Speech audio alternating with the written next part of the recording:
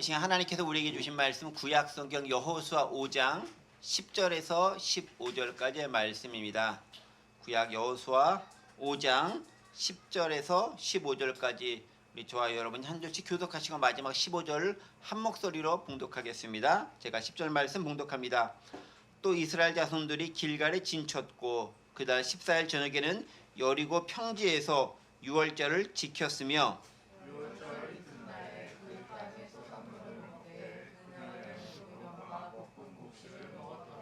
또 그 땅의 소산물을 먹은 다음 날에 만나가 그쳤으니 이스라엘 사람들이 다시는 만나를 얻지 못하였고 그 해에 가나안 땅의 소출을 먹었더라.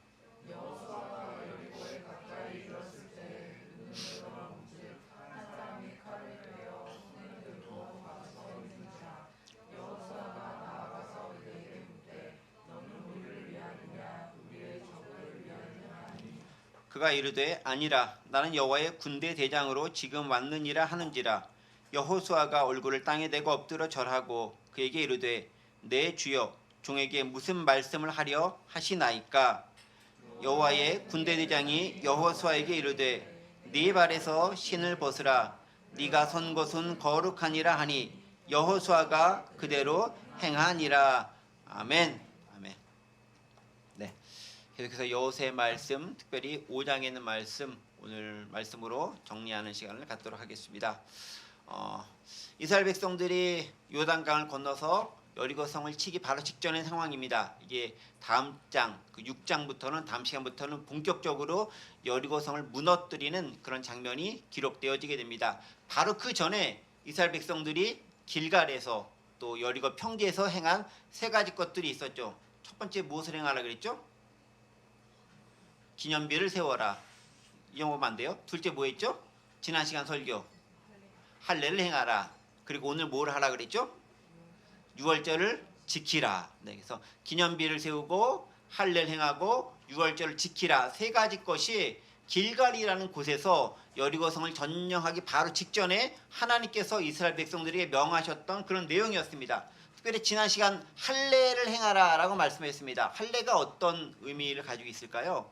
하나님께서 이스라엘 백성들에게 길갈에서 할례를 행하라 라고 얘기했습니다. 그런데 할례라는 것이 쉽지 않은 거죠. 특별히 전쟁 상황 가운데 이동 중에는 할례를 행할 수 없었습니다. 그럼에도 불구하고 하나님께서는 이스라엘 백성들에게 할례를 행해라 라고 말씀하셨습니다. 왜 그럴까요? 할례가 가진 의미가 뭘까요? 첫 번째는 할례는 하나님과 백성 사이의 언약의 의미다. 약속의 의미다. 특별히 그 언약은 하나님께서 백성들에게 일방적으로 주시는 좋은 의미로서의 약속의 언약이다 라고 말씀드렸습니다. 기억하시죠? 두 번째 할례 의미는 뭐라 그랬습니까? 이스라엘 백성 입장에서 보면 하나님의 백성으로서의 정체성을 갖는 거다. 내가 누구냐? 하나님의 백성이다. 하나님의 자녀다. 하나님의 예수님의 제자된 자로 삶을 살아야 된다라는 정체성을 가진 것이라는 거죠. 그것을 외적으로 표현하는 것이 할례다. 그 유대인 입장에서는 유대인이면 당연히 할례를 받아야 되는 것으로 그들은 믿고 따랐다라고 얘기합니다. 자, 그런데 이스라엘 백성이 할례를 시행하지 못했죠. 한동안. 언제요? 광야 시절에. 왜 못했죠?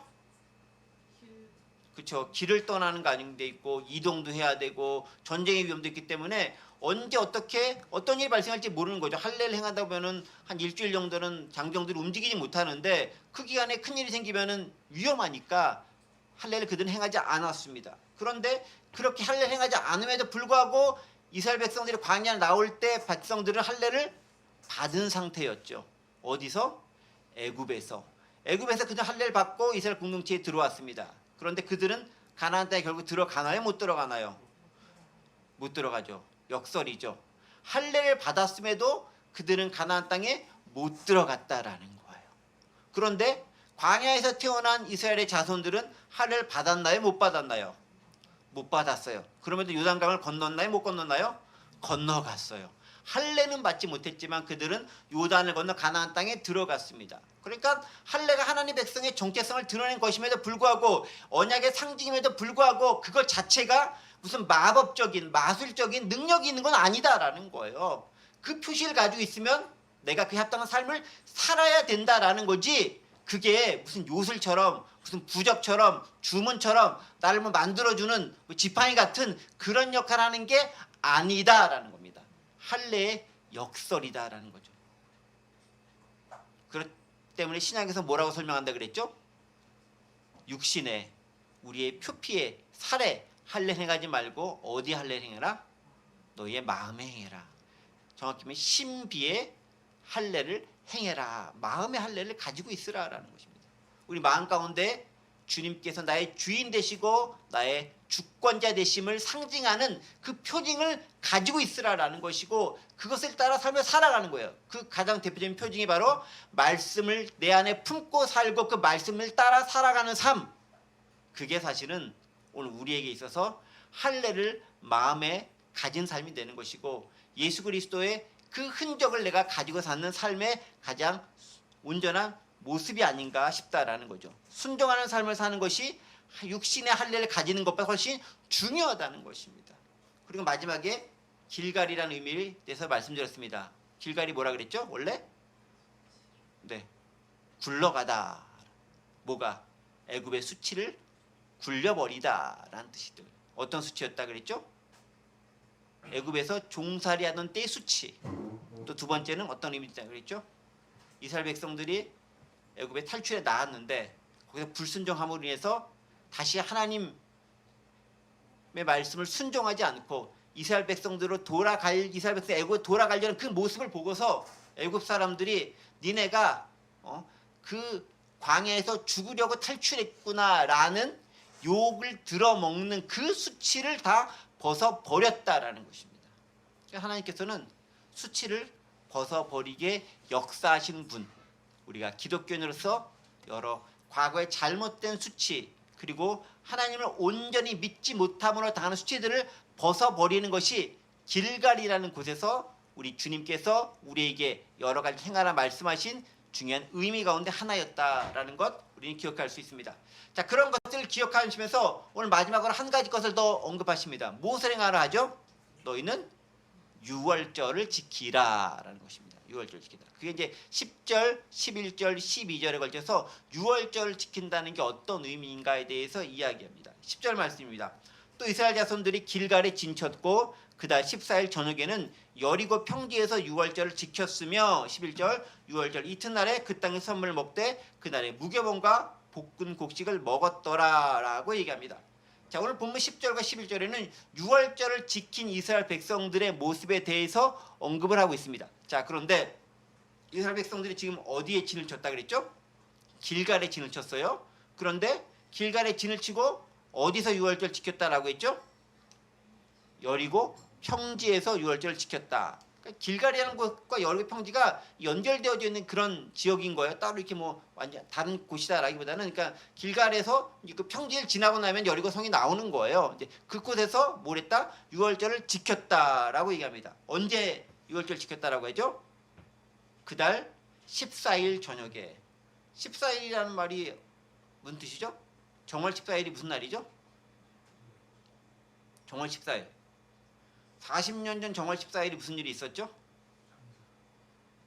이스라엘 백성들이 있었던 애굽 땅에 하나님의 죽음의 사자가 임해서 이스라엘의 장자들은 냅두고 어린 양의 피가 묻어져 있지 않는 모든 애굽의 집에 그 사신이 들어가서 장자들을 쳐 죽인 사건이 일어났던 날 밤, 그게 정월 14일, 그날을 유월절이라고 합니다. 유월절의 말이 뭐냐면은 패스오버로 넘어가다라는 뜻이에요. 뭐가? 죽음의 사자가 이스라엘 집은 그냥 넘어갔다라는 거예요. 무엇 때문에?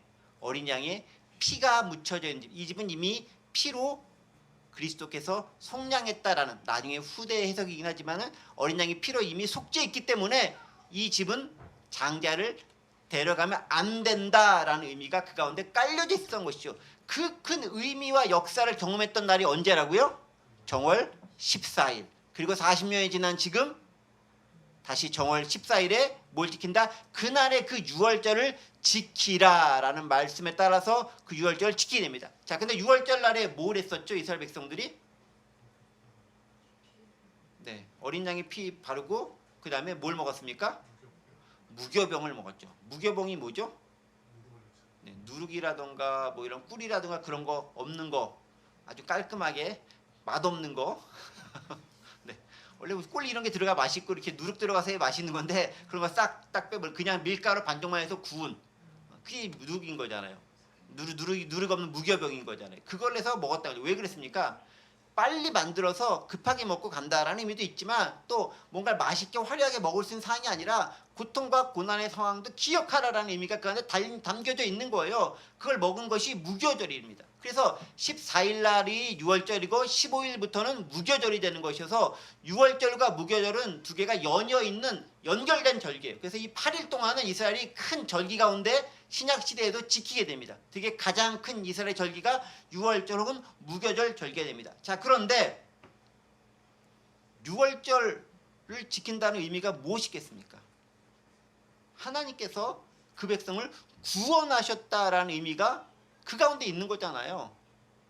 즉, 다 죽을 수밖에 없는데 장자들은 다 죽어야 되는데 이스라엘 백성들은 살렸다라는 의미가 있는 거예요. 그러니까 길갈에서 6월절 지켰다라는 것은 뭐냐면은 하나님께서 이스라엘 백성들을 그렇게 애굽에서 살리셨던 것처럼 오늘 이곳에서도 하나님께서 동일하게 우리를 살리실 것이다라는 의미가 들어가 있는 것뿐만 아니라 어떤 의미? 너희들은 어린 양의 피를 바른, 그래서 너희의 죄와 죽을 수밖에 없는 잘못들이 속함을 받았다라는 것들을 상징적으로 드러내는 의미가 있다라는 거죠. 그러니까 역시 그들이 6월절 지키면서 양 잡고 이런 거 했었을 거 아니에요. 그걸 통해 가지고 우리는 요단강을 건너면서 우리의 과거의 모습은 이미 죽었습니다. 그리고 그리스도 안에 다시 살아났습니다.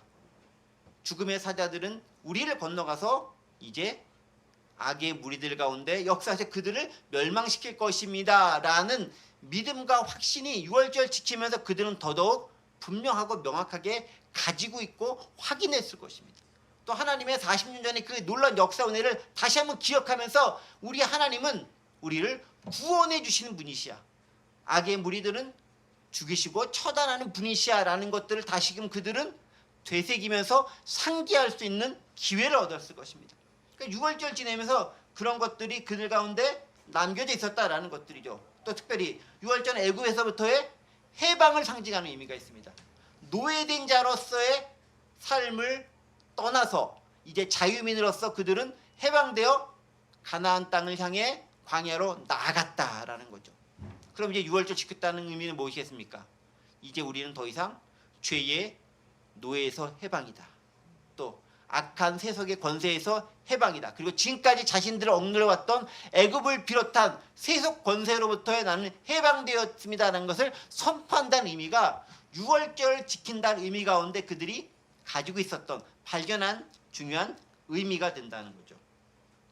그런 다짐과 결심 또 결의를 보이면서 그들은 6월절을 지켰습니다. 자, 그런데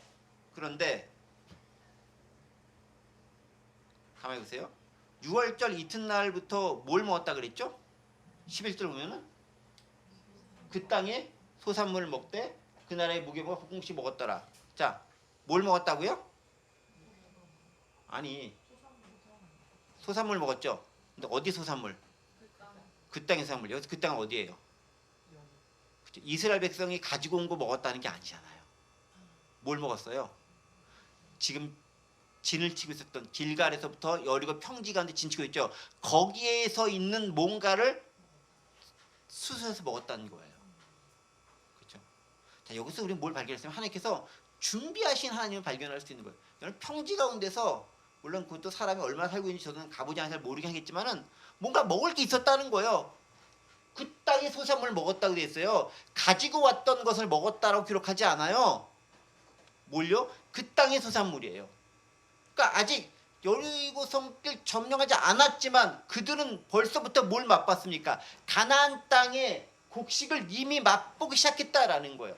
하나님께서 미리 이것도 준비시켜 놓으셨다라는 거죠.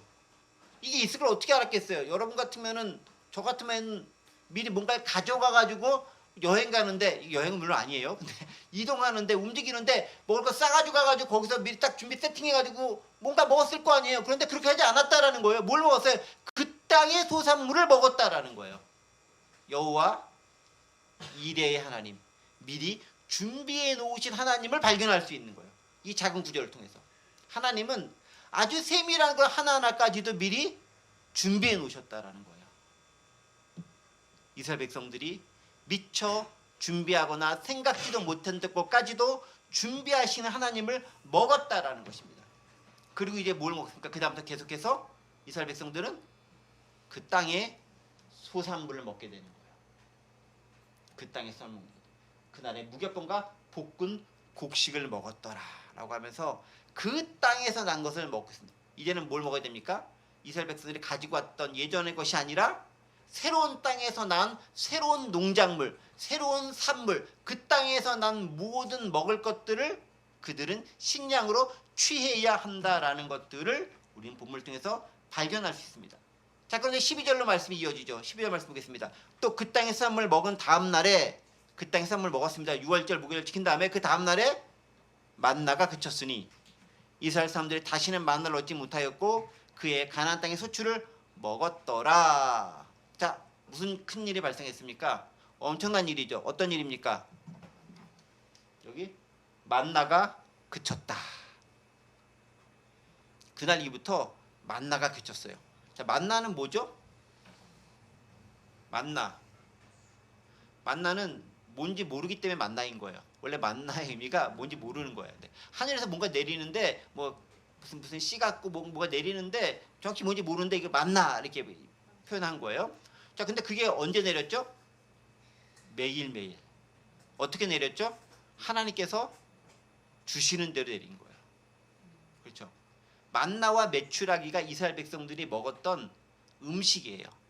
하나는 일종의 식물성이고 하나는 동물성이고 육식성인 거죠. 네. 메추라기가 일종의 그 육식성이라고 한다면은 이제 만나 일종의 식물성 그런 먹거리가 되겠죠. 어쨌든 뭐 식물을 먹지 않고 육식성을 먹을 수 있도록 해주는 거죠. 메뚜기만 매번 먹고 만나 매번 먹으면 좀 질리긴 했을 것 같긴 해요. 어쨌든 그들은 굶어 죽지 않도록 먹을 수 있도록 하나님께서 뭔가를 준비해 주셨습니다. 자, 그런데 만나가 이제 어떻게 했다고요? 그쳤다.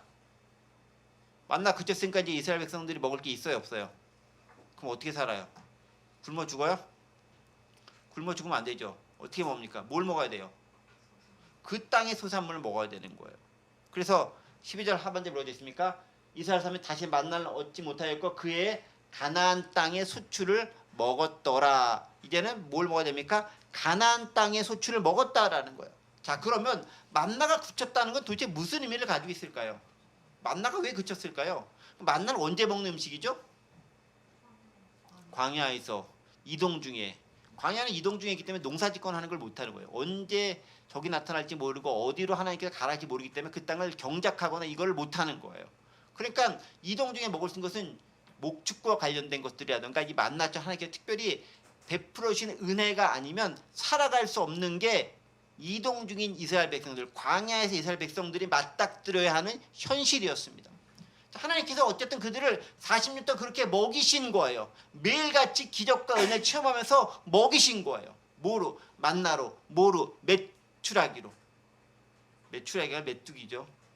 메추라기, 메뚜기 헷갈린다 어쨌든 먹이신 거예요. 네, 주님이 이렇게 먹이셨어요. 엄청난 것들 많이 먹이셨어요. 자, 그런데 문제는 뭐냐면 그 만나가 이제 그쳤다라는 거예요. 하나님께서 기적적으로 먹이셨던 그 놀라운 것들이 이제 끊어져 버렸다라는 거예요. 그럼 이제 어떻게 됩니까? 뭔가 해결책이 있어야 되는 거잖아요. 어떤 해결책? 광야가 상징하는 바가 뭐였죠? 이동 생활이었습니다. 그러니까 이제는 이동이 아니라 정착된 것으로서 삶을 살아야 한다라는 거예요. 그리고 정착하면 뭐 해야 된다? 거기서 농사도 짓고 거기서 정착하면서 뭔가 뿌리를 내리면서 뭔가를 만들어서 너희가 직접 재배하면서 먹어야 한다라는 거예요. 이동 생활이 아니기 때문에 하나님의 기적적인 직접의 은혜가 사라졌다 할지라도 이제 평상시 일상적인 것 가운데 자연생활 가운데 베풀어 주시는 그 은혜를 너희가 만끽하면서 그 은혜의 소산물을 먹을 때가 되었다라는 거예요. 물론 오늘 본문 바로 직전에 뭐라고 되어 있습니까? 여리고 평지에서 유월절 지키는데 그 땅에 소산물도 먹었어요. 미리 준비시키는 걸 먹었다라는 거죠. 근데 그 준비가 하나님께서 우연히 발견하겠지만 그게 계속 있는 건 아니잖아요. 그 다음에 뭐 해야 됩니까? 거기서 농사 져야 되는 거예요. 목축도 해야 되는 거예요. 거기서 뭔가를 꾸준히 만들어내는 작업을 할 필요가 있다라는 거죠. 이게 어떤 영적인 의미를 가지고 있을까요, 여러분? 여러분, 우리가 때때로 광야와 같은 생활을 할 때가 있습니다. 그러니까 하나님께 우리를 먹이실 때가 그래요. 하나님, 내가 도저히 내 스스로 어떻게 살아갈 수 있는 형편이 안 될 때가 있습니다. 주님의 도우심과 이끄심이 아니면 내가 살아갈 수가 없는 광야 생활할 때가 있습니다. 너무 힘든 삶을 살아갈 때도 있습니다. 방황하는 삶을 살아갈 때도 있습니다. 그때 하나님께서 어쨌든 그래도 먹여주시는 거예요. 내 노력과 애씀이 아니라 하나님의 은혜로 먹여주시는 거예요. 자, 그런데 이제 어느 정도 하나님께서 때가 됐다라고 하시면서 너는 정착한 삶이 되었다라고 얘기합니다. 신앙적으로 볼 때 이제 방황 고만하고 한 곳에 정착해서 믿음의 생활 더 열심히 할 때가 되었다라고 얘기하십니다. 자, 그때는 어떻게 됩니까? 계속해서 주심 내려오신 주님 주시니까 은혜만 받기 원합니다 하면서 막 만나 막 떨어질 걸 기대합니까?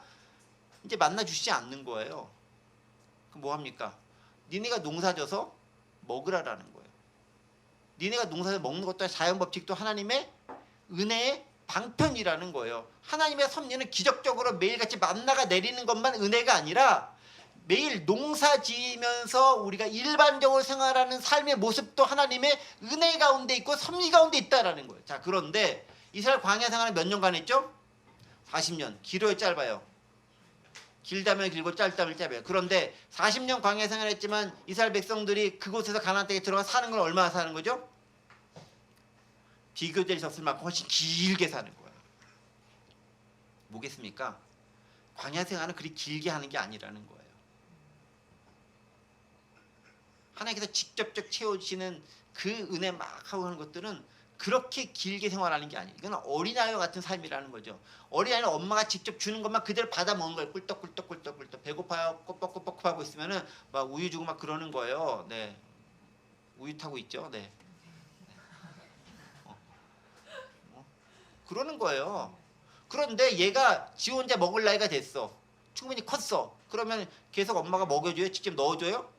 아니에요. 지가 알아서 사냥도 하고 지가 알아서 농사도 짓고 다 해서 그렇게 먹어야 되는 거예요. 신앙생활도 마찬가지인 거예요. 언제까지 주님께 은혜만 막 베푸는 은혜만 가지고 이렇게 살아가겠습니까? 그게 아니다라는 거죠. 그럼 뭐 해야 됩니까?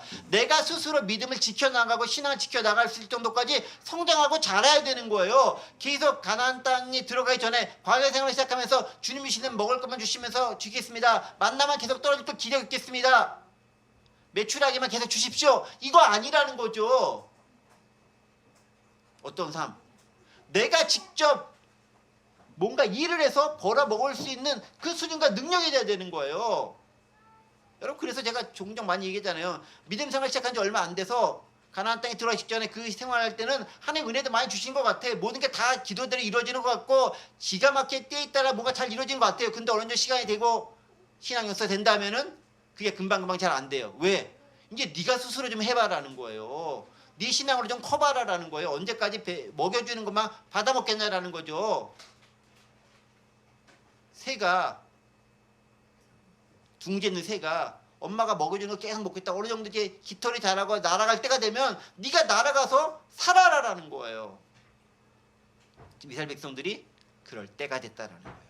광야에서 충분히 훈련했으니 이제 니네가 정착해서 니네가 먹을 것 니네가 알아서 추수하면서 살아나가라라는 거예요. 그런데 그것도 하나님의 은혜의 방편이라는 거예요. 만나만 은혜가 아니라 일상의 삶을 사는 것도 하나님의 은혜다라는 거예요. 내가 직장생활 잘 다니는 것도 은혜다라는 거예요. 구해지는 것만 은혜가 아니라 잘 다니는 것도 은혜다라는 거죠. 때로 실직하는 것도 은혜일 수 있어요. 더 큰 은혜를 체험하기 위한 은혜일 수 있다라는 거죠. 그래서 성숙한 신앙의 표지는 광야뿐 아니라 우리의 정착진 이곳에서의 삶의 현장에서 뭔가 내가 직접 행하는 것을 통해서 믿음의 모습을 보이는 것, 그게 필요하다라는 겁니다. 우리의 노력과 애씀도 이제 들어가야 한다라는 거예요. 구원은 믿음으로 얻지만 믿음으로 얻은 구원의 삶을 사는 성화는 우리의 애씀과 노력이 들어가야 한다라는 거예요. 도둑님 심보는 믿음으로 얻은 구원으로 족하다라는 겁니다. 성화는 열심히 일하는 자의 것이다라는 거예요. 그래야 열심히 일하는 만큼 먹을 것도 생기는 거예요. 안 하면 굶는 거예요. 자, 그래서 마지막으로 하나님께 은혜를 주시면서 너에게 주는 만나는 끊쳤다. 이제 너에게 여기서 정착해서 살아라라는 거예요. 다른 말로 뭡니까? 절벽 끝에 뭐라 그러고 절벽으로 딱 내모는 거 똑같은 거예요. 떨어지면 죽는다. 광야로 나아가면은 나 책임 안 져. 네가 거기서 살아라는 거예요. 다리를 끊어버린 거죠. 그런 은혜의 모습을 가지고 길갈에서 여리고 평지에서 유월절까지 지켰습니다. 자, 그 다음에 이제는 이스라엘 백성 전체에게 말씀하신 하나님의 놀라운 은혜가 있었다고 한다면 하나님께 특별히 마지막으로 한 번 더 지도자인 여호수아를 통한 하나님의 놀라운 개인적인 은혜의 체험을 한 번 더 허락해 주십니다. 그게 13절부터 16절까지의 이야기입니다. 15절이죠. 16절이 아니라 13절 말씀입니다. 여호수아가 여리고에 가까이 이르렀을 때에 눈을 들어본즉 한 사람이 칼을 빼어 손에 들고 마주 서 있는지라. 여호수아가 나아가서 그에게 묻되 너는 우리를 위하느냐 우리의 적들을 위하느냐라고 물어보는 자입니다. 이게 어떤 장면이에요? 갑자기 웬 뜬금없이 아니 길갈에서 여리고 평지에서 세 가지 것 기념비 잘 세우고 할례 행하고 유월절 지키고 다 끝나고 이제 여기서 정복하면 되는 줄 알았는데 뭔가 하나가 남아져 있습니다. 그게 뭐죠? 여호수아의 개인적 체험이 한 가지 더 보충될 필요가 있다는 거죠. 누굴 만납니까? 하나님의 사자를 만납니다. 정확히 얘기하면 여호와의 군대 대장. 여호와의 군대 대장인데 이게 진짜 군대 대장 천사로서의 그런 모습인지 아니면 여호와 하나님을 상징하는 것인지 정확히 모르겠습니다. 어쨌든 두 가지 다 의미상 가지고 있긴 한데 어쨌든 여호와의 군대 대장 야훼 체바옷. 좀 유식한 척했어요. 히브리어 여러분들. 이게 체바옷이라는 것이 만군의 하나님이시네. 야훼 체바옷이 만군의 하나님이라는 뜻이에요. 만군의 하나님, 모든 군대의 하나님이신 그분을 여호수아가 만나게 됩니다. 자, 여호수아와 이스라엘 백성들이 이제 뭐 하러 가야 되죠? 여리고성에 싸우러 가야 되는 거예요. 자, 싸우러 가는 입장에서 뭐가 가장 필요합니까? 누가 나와 함께 하시며 누가 내 뒤를 봐줄 뿐인가에 대한 확신이 필요한 거예요. 백성들도 필요겠지만 그 전체 물이 이끌어 나갈 여호수아 입장에서는 뭔가 그것만큼 큰 확신이 필요한 거예요. 그래서 하나님께서는 여호수아에게 마지막으로 한 번 더 위로와 격려를 주시는 차원에서 그를 한 번 더 만나십니다. 그리고 이 만남에는 마지막으로 하나님께서 여호수아에게 한 가지 결여되어 있던 누구와 비교해서 모세와 비교해서 결여되어 있던 마지막 한 가지를 채우는 것으로 마무리됩니다. 이게 끝난다면 더 이상 모세는 언급되지 않아요. 왜? 모세가 했던 거 다 경험하게 되니까. 자, 보겠습니다. 어쨌든 여호수아가 눈을 들어 딱 손을 봤는데 어떤 큰 칼을 든 어떤 장군과 마주치게 됩니다. 얼마나 놀랬겠어요. 그러니까 놀라니까 여호수아가 질문을 하는 거죠. 뭐라고 질문합니까? 너는 우리를 위하는 쪽이냐 적을 위하는 것이야. 이제 여리고성과 싸워야 되는데 조금만 더 가면 여리고성 있고 적진이 있잖아요. 그리고 혹시 적군이 와가지고 진을 치고 있거나 큰 장수가 서 있는 것은 아닌가 싶어서 두려운 마음이 드는 거죠. 언뜻 두려운 마음을 가운데서 물어봅니다. 너는 우리를 위하느냐 적을 위하는 거냐? 정체를 밝혀라.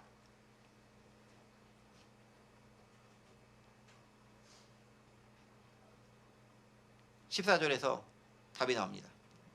그가 이르되 아니라 나는 여호와의 군대 대장으로 지금 왔느니라 하는지라. 정체를 자신의 정체를 무엇이라고 표현하고 있죠?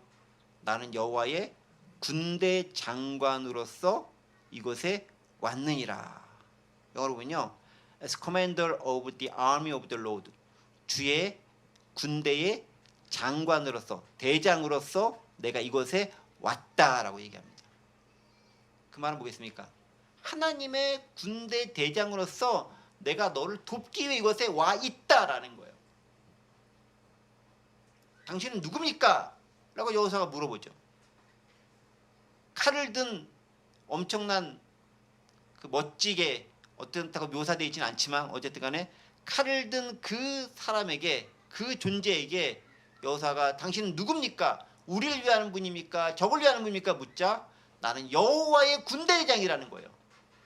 얼마나 힘이 정신이 바짝 들면서 위로가 느껴졌겠습니까? 여호와의 군대 대장입니다. 누구의? 여호와의. 이방신의, 바알의, 다봇의 뭐 그런 이방신이 아니라 우리가 섬기는 그 여호와 하나님의 군대 대장으로 지금 여기 서 있다라는 거예요. 자, 이제 이스라엘 백성들을 이끌고 저 여리고성과 가나안 땅에 있는 사람들과 전쟁하러 가는 입장에서 여호와의 군대 대장이 내 앞에 서 있다는 것만큼 엄청난 위로와 엄청난 용기와 엄청난 힘을 주는 그런 도움의 말이 있을까요? 완벽한 아군이 내 뒤에 서 계신다라는 거예요. 그러자 여호수아가 질문을 하죠. 내 주여, 종에게 무슨 말씀 하시려니까? 그 말은 뭐겠습니까? 말씀하신 대로 제가 다 듣겠습니다 라는 것들을 염두에 두고 지금 말하는 거죠. 무엇이든지 말씀하십시오. 저는 그 말씀에 따라 순종하겠습니다 라는 자세를 가지고 지금 여호수아가 그 군대 대장 앞에 엎드리고 있는 것입니다. 영어로 얘기하면 이렇게 되죠. What message does my Lord have for his servant? 그 종에게 무슨 말씀을 도대체 하려고 하십니까? 라고 물어보겠습니다. 근데 저는 그런 생각을 한번 해봐요. 만약에 도움을 주는 원군으로서 누군가가 와 있다고 했을 때 나 같으면은 우리를 어떻게 도우시렵니까? 라고 물어봤을 수 있을 것 같아요. 우리가 지금 필요한 게 이건데 이것 좀 도와줄 수 있습니까? 라고 물어볼 수도 있었을 것 같아요. 그런데 여호수아의 첫 마디는 뭐냐면은 내 주여, 종에게 무슨 말씀을 하려 하시나이까요? 그렇죠? 내 주여, 종에게 무슨 말씀 하려 하시나이까? 그러니까 지금 여호수아는 자세가 어떤 자세냐면 내가 뭔가를 말하고 요청하려는 자세가 아니라 어떤 자세? 들으려는 자세를 가지고 있다는 거예요. 그러니까 하나님 앞에 섰을 때 자세는 뭐냐면요. 우리가 열심히 얘기하는 것도 중요하지 않다는 게 아니라 제일 먼저는 무슨 자세? 들으려는 자세가 필요하다는 거예요. 그러니까 여러분 우리 기도도 마찬가지인 거예요. 처음에는 기도는요. 내 것을 열심히 토로하는 것도 필요하긴 해요. 하지만 궁극적인 자세는 뭐냐면은 듣는 게 먼저 필요한 거예요. 들어야 되는 거예요. 들어야 들은 걸 가지고 기도도 하고 들은 걸 가지고 하나님께 아뢰할 수 있고 들은 걸 가지고 내 마음을 다잡을 수도 있고 들은 걸 가지고 내가 헌신과 결단을 다짐할 수도 있는 거예요. 들어야 내가 사명을 알고 그 사명에 합당한 삶을 살아갈 수가 있다라는 거예요. 그래서 우리는 하나님 앞에 듣는 자세로 있는 게 필요합니다. 주여 말씀 없어서 내가 듣겠나이다. 사무엘도 그렇게 얘기했습니다. 그리고 하나님 앞에 섰을 때는 제일 먼저 뭐라면 하나님 이거 주세요. 요거 주세요 라고 말하기 전에 주여 내가 여기 있사오니 내게 먼저 말씀하여 주옵소서. 주의 종이 듣겠나이다 라가 필요한 거예요. 마리아도 그랬잖아요. 주의 종에게 여종에게 그대로 이루어지리이다. 그대로 순종하겠습니다라는 자세가 얼마나 필요합니까? 듣고 순종하겠다는 자세가 우리 가운데 있는가 아닌가가 얼마나 중요한가라는 것 오늘 본문을 통해서 발견할 수 있습니다. 그리고 들으려는 자세 된 자에게 우리 주님께서는 뭔가 말씀해 주신다라는 거예요. 안 듣겠습니다. 저 혼자만 얘기하니까 가만히 계세요 라고 내 말만 딱 얘기하고 이제 기도 끝 하고 가버리면 주님께서 나도 좀 하고 싶은 얘기가 있었는데 점점점 이렇게 되는 거예요. 자, 그러면 무엇이라고 주님께서 말씀하시는가? 15절 말씀입니다. 여호와의 군대대장 여호수아에게 이르되 네 발에서 신을 벗어라. 네가 선 것은 거룩하니라 하니 여호수아가 그대로 행하니라. 뭐라고 얘기하십니까? 네 발에서 신을 벗어라. Take off your sandals라고 되어 있습니다. 네 샌들을 벗어라. 이 말씀이 어디 나오는 말씀이죠? 하나님께서 출애굽기에서 모세에게 처음 만났을 때 하셨던 장면입니다. 출애굽기 3장 4절과 5절에 있는 말씀 벌써 떴죠? 나보다 빨라요? 여호와께서 그가 보려고 돌이켜오는 것을 보신지라. 그는 모세죠. 하나님이 떨기나무 가운데서 그를 불러 이르시되 모세야 모세야 하시매 그가 이르되 내가 여기 있나이다. 하나님이 이르시되 이리로 가까이 오지 말라. 네가 선 곳은 거룩한 땅이니 네 발에서 신을 벗으라라고 이야기하고 있습니다. 어때요? 오늘 본문에 있는 말씀과 출애굽기 3장 5절에 있는 말씀이 똑같지 않습니까?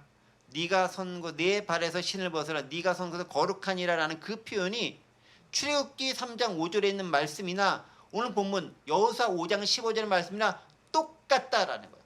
모세에게 나타나셔서 보여주셨던 그 하나님이 이제 다시금 여호수아에게 또 나타나서 한 번 더 확인시켜 주는 거예요.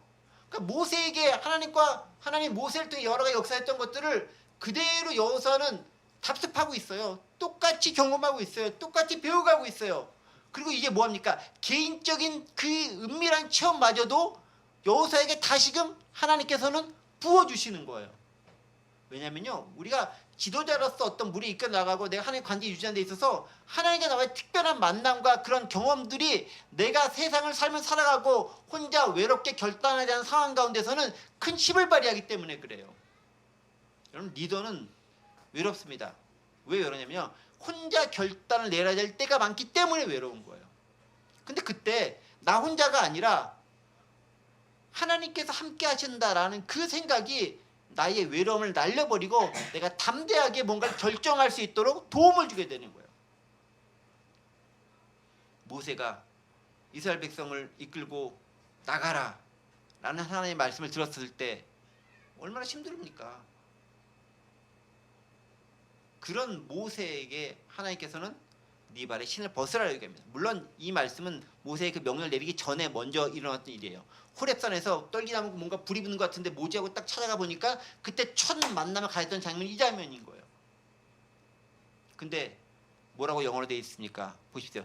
Take off your sandal, for the place where you are standing is holy. 네가 지금 서 있는 그곳은 거룩한 곳이다. 그러니까 네 신발을 벗으라라고 합니다. 그리고 똑같이 오늘 본문과 출애굽기 모세에도 얘기하고 있습니다. 자, 그러면 네 발에서 신을 벗으라. 네가 선 것은 거룩하니라라고 말한 이유가 무엇일까요? 어떤 의미가 있을까요? 신은 깨끗해요? 더러워요? 보통 발도 더러운데 신은 얼마나 더럽겠어요? 특별히 지금처럼 포장된 그런 도로가 있는 것도 아니고 이렇게 뭐 대리석처럼 깔끔하게 되어 있는 것도 아니고 청소되어 있는 것도 아니고 그 당시에는 뭐 흙 먼지 그대로 지능 있으면 그대로 그거 그냥 샌들 신고 다니는 거잖아요. 발도 더럽고 손도 더럽고 신발은 얼마나 더 더럽겠습니까? 그거 벗으라라는 겁니다. 왜 벗으라고 하죠? 네가 선 것은 거룩하기 때문에. 자, 벗으라는 말은 뭡니까? 너의 죄악을 벗고 세속에서 떠나라라는 겁니다. 언제? 하나님 앞에 존전에 설 때는 거기서 떠나라라는 거예요. 지금 이것은 하나님께서 함께 계시기 때문에 네가 세속에 있는 모든 것들을 다 짊고 들어오지 말라라는 거예요. 하나님은 거룩하기 때문에 세상에 속된 것들, 죄악된 것들을 함께 할 수 없다라는 거예요. 그것들을 벗어버린 상태로서 온전히 앨범 상태로 주를 만나야 된다라는 거예요. 죄악에서 벗은 상태로 주를 만나야 된다라는 거예요. 내가 가지고 있던 모든 악한 것들, 부정적인 것들 다 떨쳐버리라는 거죠. 그리고 주님 앞에 겸손하게 아무것도 걸지 않은 상태로 나아가라라는 것입니다. 근데 그것이 어느 곳이다? 하나님이 계신 곳이다. 어떤 곳이 거룩합니까? 하나님의 임재가 있는 그곳이 바로 거룩한 곳이 되는 곳이라는 거죠. 그러니까 하나님이 계신 곳은 거룩한 곳이에요. 하나님이 교회에 계시면 거룩한 곳이 되는 거예요. 하나님 우리 직장에 있으면 그 직장은 거룩한 곳이 되는 거예요. 하나님 학교에 있으면 그 학교는 거룩한 곳이 되는 거예요. 하나님이 화장실에 있으면 그 화장실도 겉으로 보이는 지저분을 할지 모르겠지만 거룩한 곳이 되는 거예요. 거룩한 곳의 기준은 뭡니까? 하나님이 함께 계시는가 아닌가 거룩의 기준이 되는 거예요. 우리 육신의 청결한가 아닌가는 그렇게 중요하지 않아요. 하나님이 함께 하신가가 거룩한 곳이냐 아니냐의 기준이 되는 곳입니다. 그 기준이 되는 곳에 나아갔을 때 어떻게 우리 죄악을 다 벗어버리라는 거예요. 그리고 무엇합니까? 헌신과 결단을 다짐하라라는 것입니다. 나는 아무것도 없는 연약한 존재임을 인정하면서 말씀하신 대로 종이 따르겠습니다라고 결단하는 것입니다.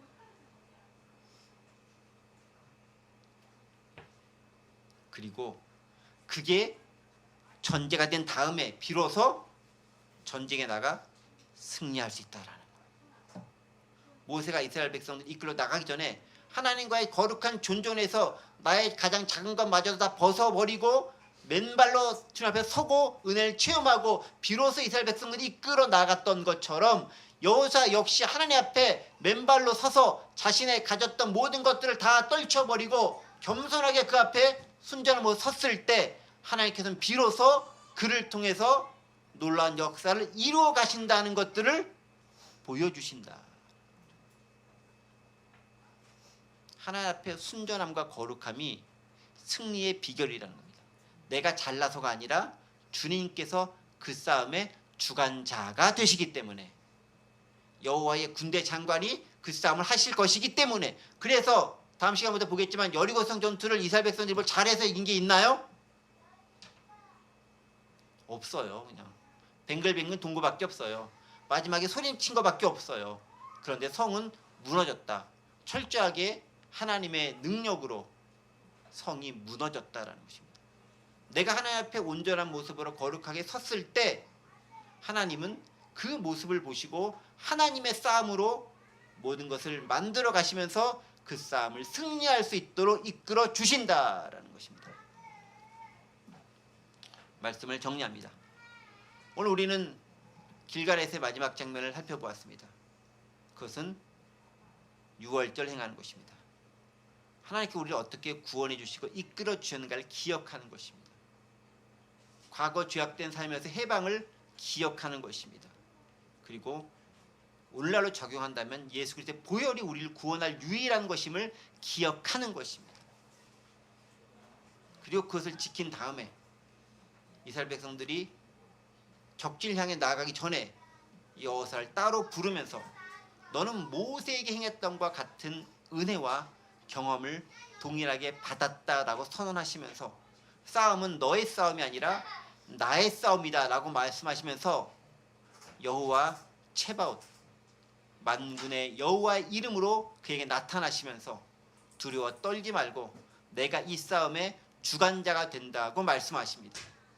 바로 그 하나님의 놀라우신 임재를 경험했은 다음에 비로소 여호사는 강하고 능력 있게 두려워하지 않고 마음을 강하고 담대하여 싸움을 이겨 나갈 수 있게 되는 것이죠.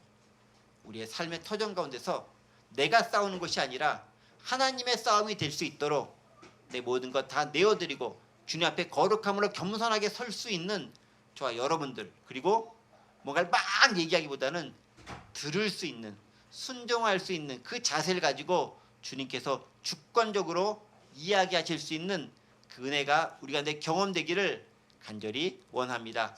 기도합니다. 은혜와 사랑 하나님 아버지 감사합니다. 유월절을 지키는 모습을 통해서 이스라엘의 하나님의 구원자이심을 경험하고 해방자이심을 다시금 발견하게 하시니 감사합니다. 그 은혜를 통해 그들이 구원받은 것처럼 우리도 그를 기억할 수 있도록 도와주시옵소서. 더불어 여호수아에게 네가 선 곳은 거룩한 곳인 네 발에 신을 벗으라고 말씀하시면서 내가 가진 모든 것들 다 떨쳐버리고 주님 앞에 겸손히 나아가는 모습인 것처럼 거짓과 가식 벗어버리고 하나님 앞에 순전한 모습으로 서서 주의 은혜를 앙망하고 은혜를 덧입을 수 있는 저희가 될 수 있도록 도와주옵소서. 말씀을 듣는 자가 되게 도와주시옵시고 말씀을 따라 순종한 자가 되게 도와주시옵시고 주님보다 내가 먼저 앞서가는 것이 아니라 먼저 준비하신 하나님을 경험해 나갈 수 있는 저희가 될 수 있도록 은혜 베풀어 주옵소서. 감사드리며 예수 그리스도 이름으로 기도하옵나이다. 아멘.